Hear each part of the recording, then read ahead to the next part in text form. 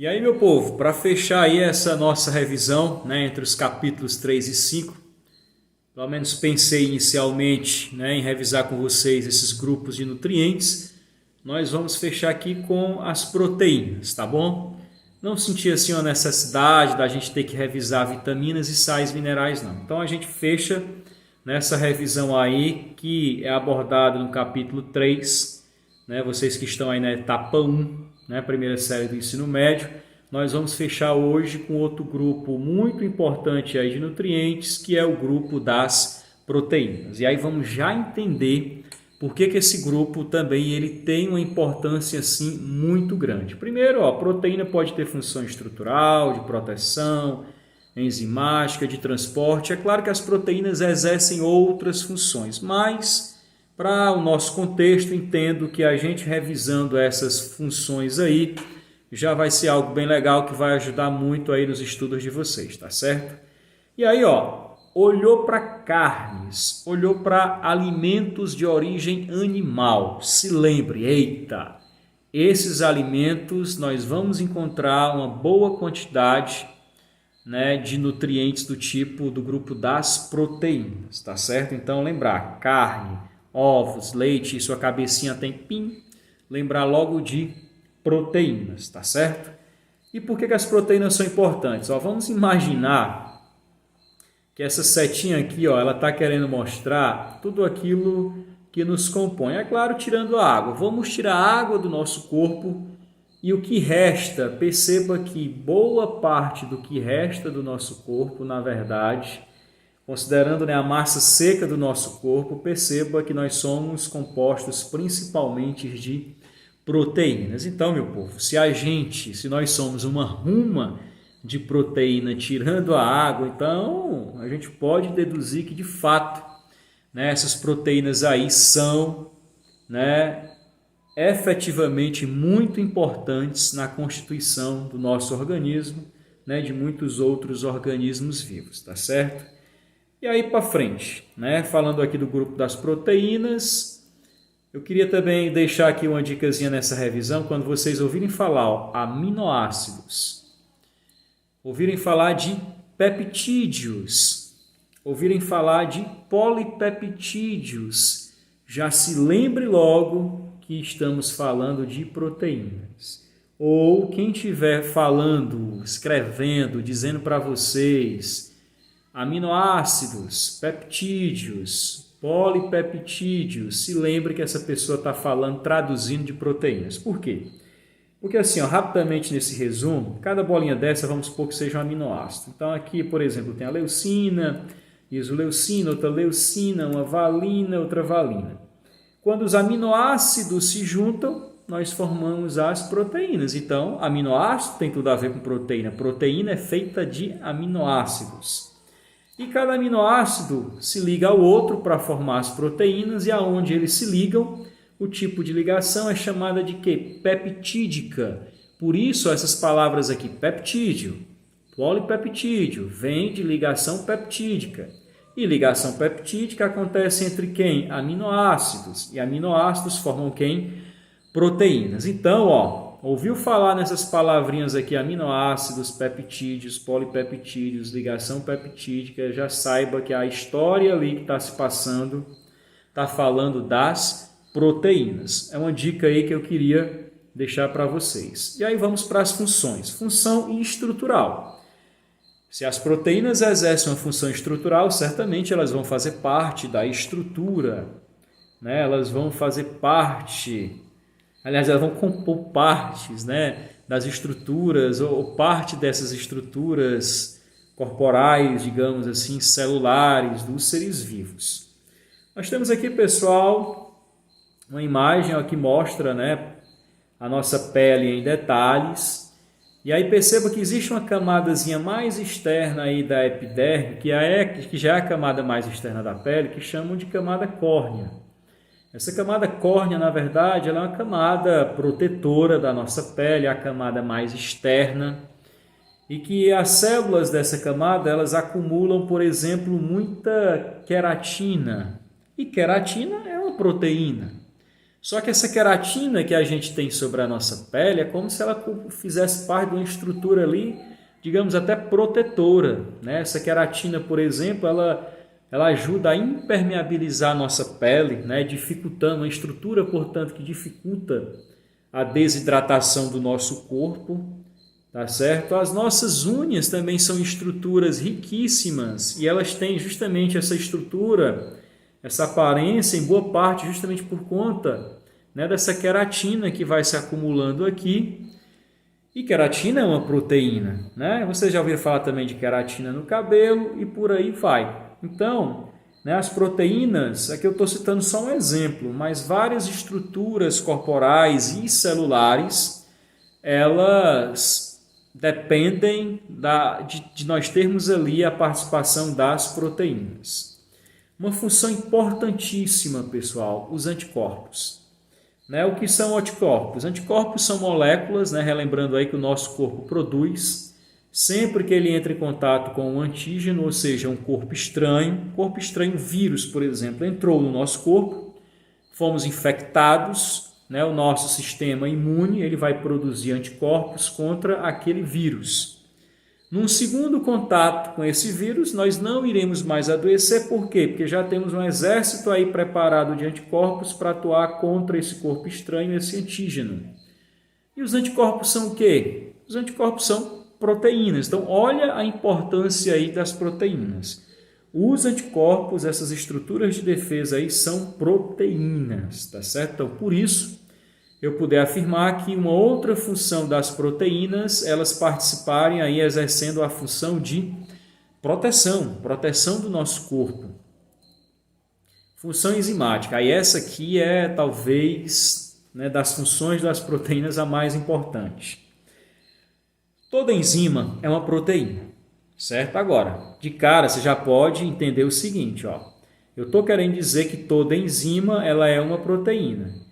Mas nem toda proteína vai ser uma enzima, porque tem proteína que tem a função estrutural, tem proteína que tem a função de nos proteger, mas vai ter proteínas que funcionam como enzimas, tá certo? Então, cuidado aí, toda enzima é proteína. Falou de enzima, falou de uma proteína.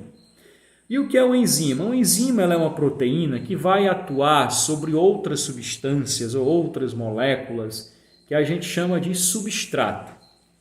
E como é que ela atua? Por exemplo, aqui nós temos uma enzima. A enzima, dependendo do encaixe químico com outra substância, que a gente chama de substrato, essa enzima, pessoal, ela vai facilitar ou ela vai acelerar certas reações químicas. Então, ó, por exemplo, esse substrato que chegou aqui talvez seja uma molécula, seja um nutriente, seja, por exemplo, a lactose, o açúcar do leite, que é formado aí por duas moléculas, né? Que nós já falamos na outra revisão, a galactose e a glicose. Quando a lactose chega no nosso intestino, ela precisa ser digerida, ela precisa ser quebrada para o nosso organismo poder absorver essas moléculas irem para as células. Então, por exemplo, entra uma enzima, no caso, se eu estiver falando da lactose, a enzima vai ser a lactase, e aí o que é que ela faz? Ela quebra a molécula, separando aí a galactose da glicose. Só que esse trabalho que as enzimas fazem é justamente, pessoal, um trabalho de acelerar esse processo e de facilitar. Inclusive, existem processos, existem reações químicas que talvez na ausência das enzimas isso nem aconteceria. Tanto é que tem pessoas que não produzem ou não produzem adequadamente justamente essa enzima chamada lactase, que é a enzima que atua lá no intestino para digerir a lactose. E aí a gente já sabe que pessoas que não possuem essas enzimas, dos problemas que elas podem ter em níveis, digamos assim, intestinal, do processo digestório, tá certo? Então as enzimas são justamente aí, ó, essas proteínas que facilitam ou aceleram reações químicas necessárias demais no nosso organismo, tá certo? Então olha a função aí importante que é essa função enzimática das enzimas. E a outra função é a função de transporte. Olha, o que é transportar? Pegar uma coisa de um lugar e levar para o outro. Isso é transportar, quem faz isso é o transporte. E aí perceba que nós temos um glóbulo vermelho, né? Uma hemácia, célula do nosso sangue. Dentro dela nós encontramos uma proteína chamada aí hemoglobina. Vamos tirar a hemoglobina aí de dentro. Aqui na verdade nós temos aí milhões de moléculas aí de hemoglobina dentro de cada hemáciazinha. E aí perceba que a hemoglobina, olha a funçãozinha dela, transportar simplesmente quem? O oxigênio. O gás que as nossas células precisam para produzir energia. Então, olha que função também importantíssima aí que as enzimas realizam, que é essa função de transporte. Então, ó, quando você inspira, o oxigênio está entrando no seu organismo, vai para os pulmões, dos pulmões cai na corrente sanguínea, e na corrente sanguínea a hemoglobina, ó, que é uma proteína e que está dentro das nossas hemácias, consegue se ligar aí o gás oxigênio e leva esse gás oxigênio para as várias células do nosso corpo. Então veja que função importante, essa função aí de transporte, função executada pelas proteínas. E para finalizar a nossa revisão, falar um pouco mais aqui das enzimas, né, que é um tipo de proteína, e é uma proteína que eu coloquei aqui muito especial, porque as enzimas, vocês viram, elas atuam como catalisadores biológicos. O que são catalisadores biológicos? É aquilo que eu mostrei, facilitando ou acelerando que algumas reações químicas possam acontecer. Só que o que é que eu queria revisar com vocês? Que existem fatores que influenciam a atividade das enzimas, e um deles, ó, é a temperatura. Eu coloquei aqui uma escala de temperatura, né, em graus Celsius, de 0 até 35 graus Celsius. Olha o que é que acontece. Dependendo da enzima, veja como é que a enzima se comporta dentro das várias faixas de temperatura. Olha aqui a enzima a 10 graus Celsius, a bichinha aí não está nem mogando, então não é uma boa temperatura para ela atuar. Perceba que a 15 graus Celsius, olha aí como é que a enzima está atuando, a velocidade de atuação dela. Vamos ver agora a 20 graus Celsius, eita, viram aí como é que a enzima atuou, e a 25 graus Celsius. Parece que já começou a atuar, mas numa velocidade mais lenta. Então perceba, pessoal, que a temperatura ela influencia na atividade das enzimas, ó. Dependendo do tipo de enzima, ela atua melhor em certas temperaturas, que pelo visto aqui, ó, ela está atuando muito bem na temperatura, na faixa da temperatura de 20 graus Celsius. E é por isso, pessoal, que a gente tem que ter muito cuidado enquanto seres vivos e organismos vivos com a temperatura.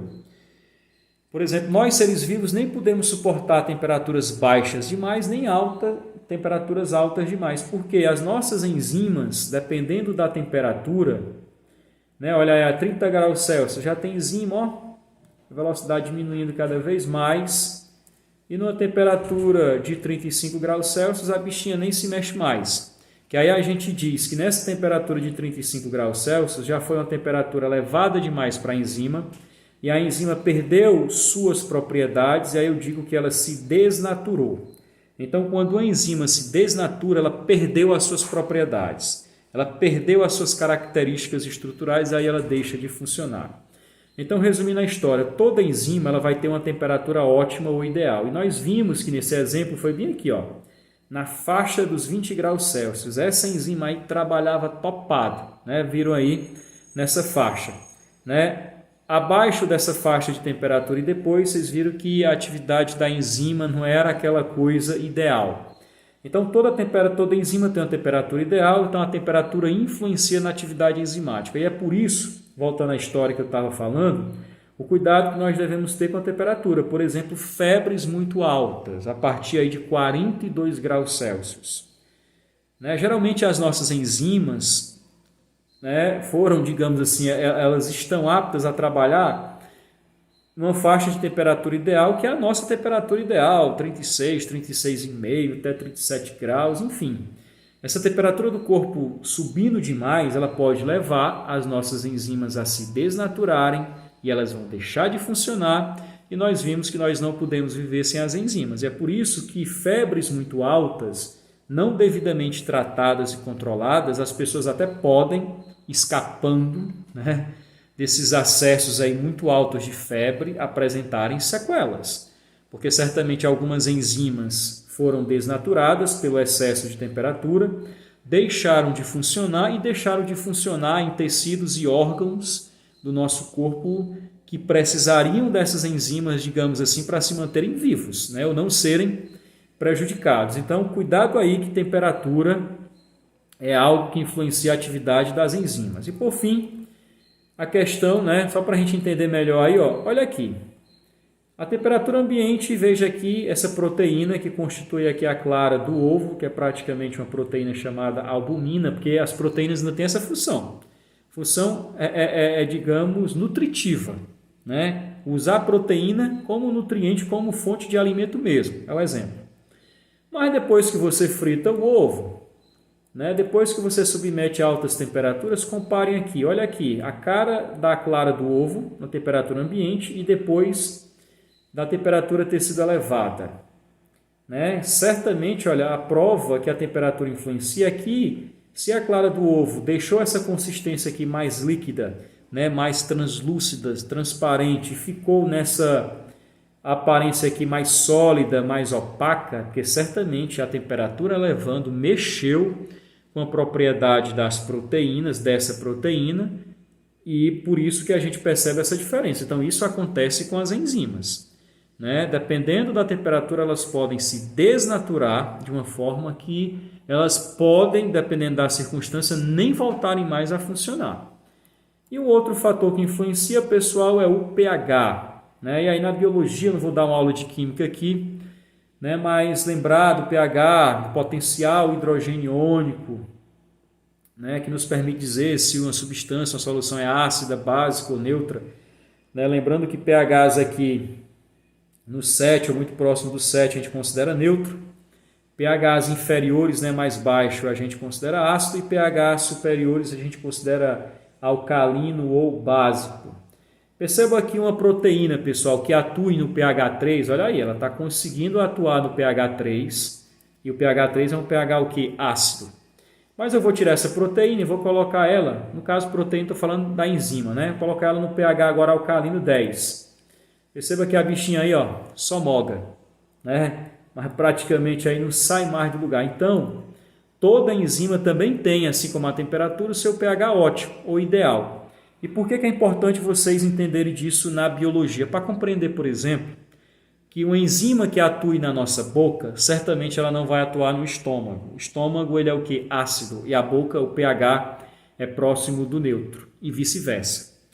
Certo? A enzima do estômago não atuaria na boca. Né? Porque a enzima do estômago ela foi feita para atuar no pH ácido e não na boca, que é um pH neutro. Isso é importante que a gente tenha esse conhecimento, até para efeitos médicos, né? Por exemplo, tem exames que os médicos realizam do paciente até para ver como é que está o pH do seu sangue, porque o sangue, por exemplo, nem pode ficar ácido demais, nem pode ficar alcalino demais. Ele tem que tentar ser mantido em torno aqui de um pH o quê? Neutro. Por quê? Porque se ele sair desse pH, muitas enzimas que ali estão poderão deixar de funcionar, porque elas poderão se desnaturar. Tá certo? Então lembrar aí também que pH e temperatura influenciam na atividade das enzimas, que são aquelas proteínas especiais, catalisadores biológicos que aceleram ou que facilitam as reações químicas ocorrerem, né, dentro dos organismos, assim como nós. Então, se essa revisão também ajudou aí vocês, ó, já sabe, deu o seu toque aí, né, deu o seu alerta, se ajudou ou não, deixando aí o seu joinha aí após assistir o nosso vídeo.